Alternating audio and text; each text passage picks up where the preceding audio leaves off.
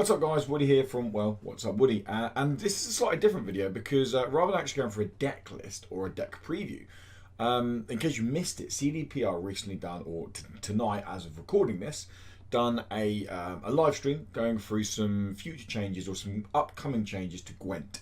Now they mentioned a change to Mulligan system, they mentioned a pretty big change to deck building, more specifically the way leaders are going to work with deck building.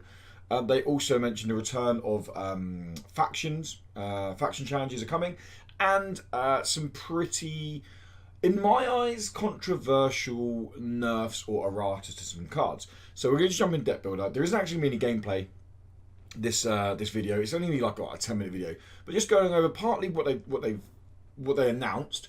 But more important, not say more importantly, but maybe the reason you're actually here is my impressions of that and how I think that's going to affect future Gwent.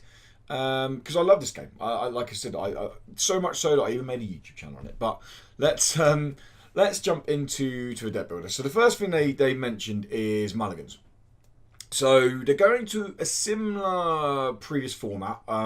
Anyone played old school Gwent, it was 3-2-1. You drew you had 3 mulligans first round, 2 mulligans second round, 1 mulligan third round. They're sticking with the 3 draws. You draw 3 cards each turn. But this time, when the update happens this week, they were going to be making it so everybody gets 2 mulligans. All leaders, regardless of their ability, regardless of their power, get 2 mulligans.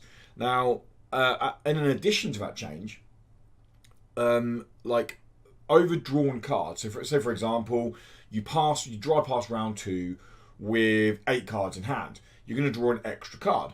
Now, normally, or before, that card would have just gone straight to your discard pile and that's it. It's in the graveyard.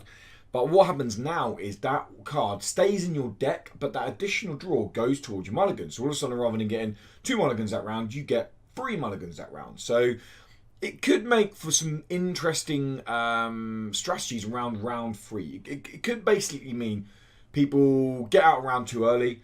Maybe try to get an early passing round. Get around 1 early. Maybe try to get an early passing round 2, and then end up getting like 4, maybe 5 mulligans if it's crazy. I doubt that will happen in round 3. The mulligans are uncapped. I doubt we'll be getting above. I doubt we're getting above 3 mulligans round 3 anyway, because people aren't going to just give up rounds for willy-nilly. There's still going to be that drive to push round 1 and win round 1. Have last say, which is the most important thing, really. So I'm actually quite happy. Personally, I like the change to mulligan system. And I like what it's done to the deck building. Well, I mostly like what it's done to the deck building in terms of leaders, which we'll move on to next. So the way deck building is going to work now is, as a base deck, everyone gets 150 provisions. So every deck starts with 150 provisions. Then what happens is you choose leaders that add additional provisions. So for example, the leaders that went through, Usurper added 10 provisions. So Usurper decks can run up to 160 provisions. So you have to drop 5 provisions now, which is quite an easy card to drop because we'll come into that at the end. But I know exactly what I'm going to be dropping from my Usurper deck. But yeah, so Usurpers run at 160. On the flip side of that, the card that gives the most provisions is Ethne, probably because she got the biggest nerf ever last time. Or last patch. So she's running at 19 provisions. So she gives you a deck equivalent of 169 provisions. 4 provisions might not sound like a lot, but that is pretty huge. That is huge. That is a difference from having an okay 5 cost card to having a powerful 8 cost gold card in your deck. Like, that is huge. A huge change. So I expect we see probably a lot more Ethne come back into ranked and probably maybe sit around on ladder. Other cards that were quite high. Crate I was very surprised, but Crate is sitting at 17 provisions. One that really quite upset me, actually. I say upset me, that's a little bit harsh maybe. But one that annoyed me is Araka's Queen. I love Araka's Queen as a leader. I love how fun her consume decks are to play. However, she sat at 12 provisions. She doesn't get any play already. So why on earth are people going to choose Araka's Queen when you're actually losing 3 provisions on your current deck and no one plays her now? I honestly think she's going to join Sihil, which we'll get onto later. She's dead in the water. I don't know why they've done that to her. They should have kept her at 15. She doesn't get play as it is. I appreciate that spawning a base, like any card on the board, is powerful, and her combos are huge. But in the current meta, in face aggro and board clear is so prominent, her decks are just they're fun to play. When they work, they're extremely powerful. Against stuff like Troll Monsters, they're extremely powerful because there's not a lot of removal. When you come across Crate, when you come across maybe new Ethne deck, because let's be honest, Ethne's going to get seen play if she gives the most provisions, you just get wiped. You're just going to get completely wiped with Arrakis Queen. So it's sad to see that they haven't given her a bit more love, but that's how leaders are going to work. So I'm quite happy with that. So they also announced, if you remember, faction challenges. Or if you're new to the game and you just joined on Homecoming, faction challenges are basically where you choose a faction and you represent that faction. The way they say it's going to work here is by playing as that faction in ranked mode. So let's say, for example, personally, I really like even Nilfgaard or Monsters, or probably Monsters more. I'll probably choose Monsters as my faction. Every time I play Monsters and win with that deck or with that faction, there'll be points going towards an overall leaderboard, and then that will create arena runs, as they said. Also, with that, on the flip side, or to give you more perks for playing and competing in faction challenges, is there'll be reward points. They didn't say whether the reward tree is going to open up around faction challenges or what. Well, they didn't mention either, because they mentioned before in the January live stream that there will be was it January? Sorry, not January. It's January now. In the December live stream, they announced that there will be custom card backs. They haven't said anything more on that yet. So whether there's a custom card back coming with faction challenges, I don't know. But I'm quite happy to see more content coming in. And an added benefit of that, CDPR are very good at supporting their streaming community. I'm a very small streamer of Gwent. I love playing it. I love the community to come along and watch my streams and chat around me playing. Like I love it. I think it's brilliant. They're good at supporting, like I said, and to show that support even further. So 5 of the top streamers have been chosen and assigned factions. A couple of examples: Pumpkin is Scoia'tael, which is not really a surprise. Ocean Mud is Monsters. McBeardy is Northern Realm. Shimiri is Skelliger, and I can't remember the other one. Sorry, guys. But yeah, anyway, so that's a nice little extra touch they've done. And they're also quite nicely, actually, because the starter decks are pretty jank, I'm not going to lie. Those streamers are going to be working with CDPR to kind of create better starter decks. People getting into the game. Starter decks that synergize better with those factions, which is great. Like, it's absolutely great. So many CCGs throw a starter deck out there and go, we don't really care. We want you to drop money. We want you to just put time into the game and earn cards for free. The fact that CDPR are going back to starter decks and going, do you know what, actually we want to make it more welcoming for people to come to the game, is brilliant. That's a really nice little touch. But it moves us on to the final point, which... now, this is going to be controversial. Some people are going to hate me for saying this, but I'm going to be completely honest. And if anyone watches the streams, if you're here from the Twitch channel, you'll know that I like to be honest on stream. So they announced three changes to 3 different cards. We'll come to the big one last. The first change they announced was Botchling. And now, if you don't know what Botchling is, I need to find Botchling. Botchling is a Northern Realms card. So every turn on turn end, damage your highest enemy by 1. You can transfer into Lubberkin, and then every turn on turn end, boost lowest enemy by 1. The way they announce it's going to work is when you clear Botchling, that's it, you kill it all for now. But it's going to be, they're going to have their own power, basically. So it's effectively a 10-point card that rotates. You clear Botchling, then Lubberkin comes out. You're going to have to clear Lubberkin. So, yeah, it's pretty powerful. I didn't notice any change to provisions. I might be wrong on that. But basically it's working as 2 separate cards. It still works on the order that you have to flip the card around yourself, but you kill one card, the other one is still alive, which is the way it used to work. The second change was to Lefo. Now, Lefo is there's a big reason they changed Lefo, and that is completely based around the Mulligan change that is coming. I should probably just type the search in here. It'll be a lot easier, wouldn't it? Lefo, here you go. So Lefo was a card that is 11p, so it's expensive, but you played him for 4 power, and he removed all redraws from the enemy leader. You got him round 1, you dropped him, they had no mulligans. Like, no mulligans. So they're 2 witches in hand, or they end up drawing into witches. That's it. They're screwed. They've got no mulligans. Such a powerful card. It didn't get a lot of play. It is very expensive, but it has potential to be very powerful. With the new mulligan system, they've completely reworked it. The card is still 11p.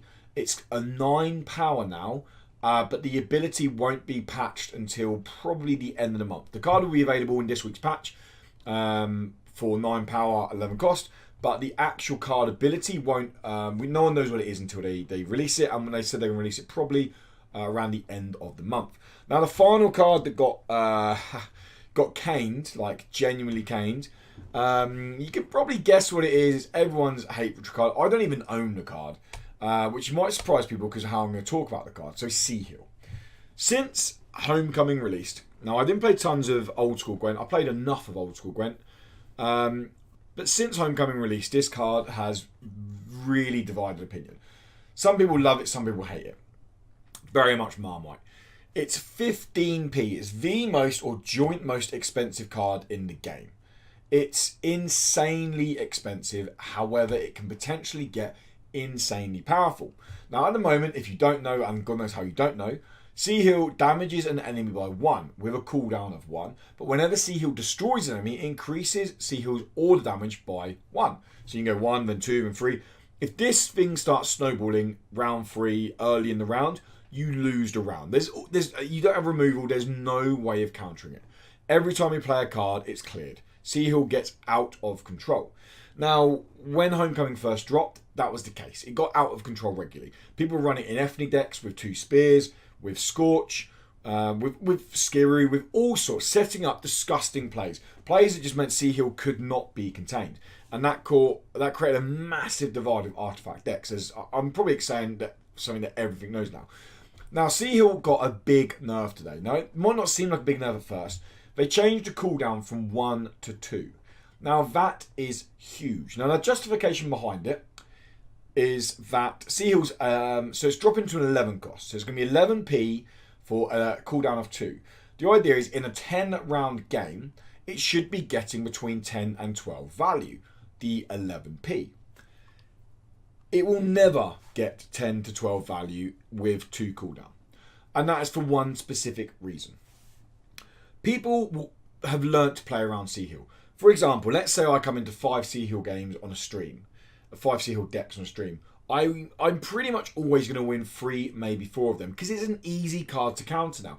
Even if you don't have artifact removal, the way you do it is simple. You play a unicorn, or you play any other boost cards to get cards at around 5 to 6 power, even 4 to 5 power on the board. If you can stop this card killing any cards for the first 3 turns on a round, you are cutting it off hugely. Then it starts to snowball. You've already got tempo. The reason is it's so expensive. Even at 11p, people are going to be running cards like Avalanche Mage to go with it. Again, I don't own Avalanche Mage. I don't really run an artifact deck. This card is still staying at 12. They're also then going to be running Gravekeeper. I've lost him now. He's around here somewhere. I don't own the card. And the card that brings out an artifact from your graveyard, again, it's another expensive card. So the fact that this engine of Sihil is still going to cost plus 30 provisions for 3 cards, it's not going to be run. Simple as, it's not going to run. The reason the Sihil nerf annoyed me, and it did annoy me, is it's a lazy nerf. It is a very lazy errata. It's looking at that and going, we just put a 2 where it says 1 on cooldown, and that will make it. It's killed the card. Like, I appreciate people don't like the card, but it's no different to if a Hubert in Northern Realms goes off. If they get last turn of Hubert and they get a 35-point swing, it's no different. But you're not going to nerf Hubert. The card doesn't always work for you, but when it does work, it should get out of control. That's the idea of the card. Like, it's not meant to be countered every single time. It's meant to get out of control. It's same as Yennefer Conjurer. If the Yennefer Conjurer gets out of control and they don't remove it off the board, that's the one that pings the highest enemy by 1. But obviously, if they've got three 3-point cards on the board, it pings all of them. If you play spears, set this thing up, and play this every turn early in the round, it gets out of control. We're talking 25 plus points value potential in this one card. They haven't nerfed her because no one ran her early on. No one exploited her early on. Artifacts were a new thing in Homecoming, and they were a thing that people didn't like the change of. And I will say artifacts need a rework, and that's why I think it's a lazy nerf. I'd rather they say artifacts are getting a rework. Something will happen with artifacts in the next, I don't know, patch. Maybe even they said in March when we bring the new expansion, artifacts are getting an overhaul. Then I would appreciate that. And by an overhaul, I mean maybe they give it armor so you can remove it. Maybe they make it so it can be locked. Maybe they assign it to a lane. Maybe they make it so it has to be crewed, like old school Gwent had to be crewed with machines. So you have to play a soldier on the same row as Sihil, and then Sihil can only work when there's a soldier on the same row as Sihil. Maybe there's so many other creative ways they can make Sihil a playable card, rather than literally killing it. This card, I will be amazed, absolutely amazed, if this week, when the patch drops, after this week, if I run into one Sihil deck every 20 games I play. I will be absolutely amazed. The card is not going to get played, and that is not good design. If you nerf a card, you kill a card, that is bad. That's bad design. And I hate saying that. I'm nothing against CDPR. I love CDPR as a developer. I think they're brilliant. I think the fact how much they're supporting Gwent is amazing. I still love Gwent as a game. I'm still going to play a lot of Gwent anyway. Like I said, I don't even own Sihil, but I've played many physical and digital CCGs. And I've never seen an errata as lazy as this. I'm being completely honest. I've never seen an errata that is as lazy as this. That's a lie. One, Dragon Ball Super, when they completely banned SS3 Goku. They just went, the card can't be played anymore. Just a boring errata. They had no way of fixing it. Can't be played. That's basically what they've done with Sihil. The card can't be played anymore. You're not going to get value off it. People are still going to run one artifact removal. And if you bring a spear out in a deck, they think they got a sniff that Sihil's in it. Sihil's gone. He doesn't get value, and that's my concerns about it. Like I know people are gonna be pissed off me saying that. I know people really, really, really love to hate Sihil. I like Sihil as a card. I don't own it because I don't run it. I used to own it. I don't own a collection. I'm not going to go into the whole thing now. But anyway, I cleared the card to get value to buy another card after it got nerfed. It's sad. It's sad to see a card get completely killed and thrown away, and that's exactly what Sihil's done. The issue is it will never come back. They make change. The only way it can come back is if they reduce that to 1 again and add some kind of other mechanic to artifacts. It will never come back. People won't play it. I honestly don't think people play it. People who play it, I think fair play to them, and I appreciate them for trying to build Sihil into a deck. I just don't see how they're going to get value, even at 11 cost. Running at 33 points for the Sihil engine is just like insane. But anyway, that's my rant over. It was a short stream today. It was a good one though. You kind of got lots of information. Surprisingly, an update is coming, as I said, this week, and that's going to bring balance changes. And then an update is coming next week, all based around certification being authorized. Then that is going to bring the faction challenges, and there is a big update at the end of the month that's going to bring more balance changes, and more importantly, 5 new leaders to the game. And they have said that the leaders are directly taken from Thronebreaker. So if you played Thronebreaker, hey, have a guess. Why not comment in the box below, and let me know what leaders you want to see in the game. Okay, I play Thronebreaker. I think we're going to see another vampire leader, and I think we are going to see I think we're going to see 4 or 5 good vampire cards in the March expansion. That's honestly what I think. Maybe that's what I hope. But anyway, that's enough for me, guys. As I said, I've been Woody, so I do stream Gwent on Mondays, on Wednesdays, and on Sundays over on Twitch. Please feel free to stop by. We listen to 80s music, we relax, we chill out, we drink beer, and we play Gwent. Simple as that. And also let me know what you think of these changes. Do you think these changes are terrible? Do you think they're balanced? What do you think the Sihil as a card? Is Sihil dead? Will you be playing Sihil? And how would you have errated Sihil? Because I feel like they've done it in a very bone idle and lazy way. And I don't mean that to be horrible to CDPR. They're brilliant, and the support they give Gwent, as said again, is amazing. I just didn't like that nerf. But anyway, that's enough of me rambling on now, guys. Thanks as always for stopping by. If you like the video, please give it a little like. If you want to keep up to date more Gwent content, we've got some deck previews coming up. And we're going to be doing a new series, probably starting in about 2 or 3 weeks' time, where once a week I'm going to release like a deck, a Gwent beginner video. So kind of things that when I was getting into Gwent again, or like Homecoming, things that helped me out, mistakes I made that I don't want people to make, or cards that I feel like you have to craft if you're new to the game. But that's a new series starting soon.